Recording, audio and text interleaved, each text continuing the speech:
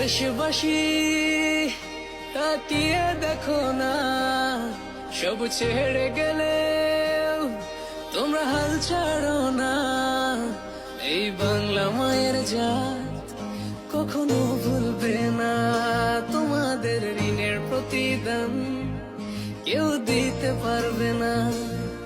সালাম জানালেও তো হয় কম, কিভাবে দেব প্রতিদান? সেলুট জানাই তোমাদের মন থেকে, তোমরাই তো বাংলার আসল প্রাণ।